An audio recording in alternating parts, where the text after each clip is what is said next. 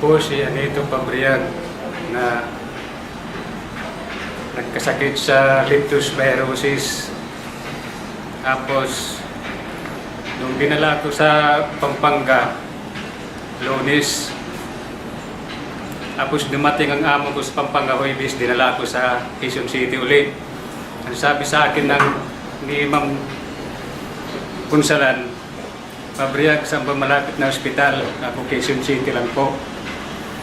Tapos sabi sa driver niya, idaan natin sa ospital. Pagdating sa ospital, doon na nila ako na ipinasulat muna sa pangalan ko ni Ma'am. Hindi na ako magpagsulat. Ngayon, nandun lang ako sa upuan. Wala nag-asikaso sa akin. Ang sabi ko sa driver, sunduin ng anak ko sa bahay. Tapos dumating naman to. Ngayon, nung dumating ito at wala na akong malay, madilim ng paningin ko at naninilaw na ako. Tapos sabi ito, umiyak ito, yung anak ko na, Papa, subukan mo ito na itong gamot. Di, uminom ako nito. Tapos, pagkainom ko ito, sumukan ako ng dugo.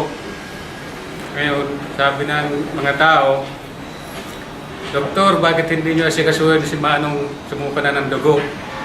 Ayun, inasikaso na nila ako, linagyan nila sa ng room. Pagdating doon sa room, napirahan na nila ako, dinala na ako sa ICU. Pagdating sa ICU, doon na, puro na sa akin, puro check up sa akin. Sa 7 araw ko doon, 7-8, 7 rin ang nawala doon sa ICU room. Tapos, pagka galing-galing ko, dinala rin ako sa 3rd floor. Doon naman, may namatay din sa kasamahan ko. 3 rin ang namatay doon. Ako lang po ang nakaligtas. Kaya, papasalamat din ako sa C24/7 na ito ang nakagaling sa akin. Salamat sa C24/7.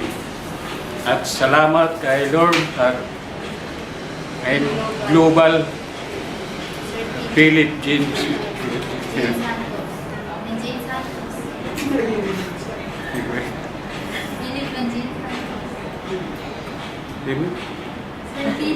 Ay, Philip Salamat.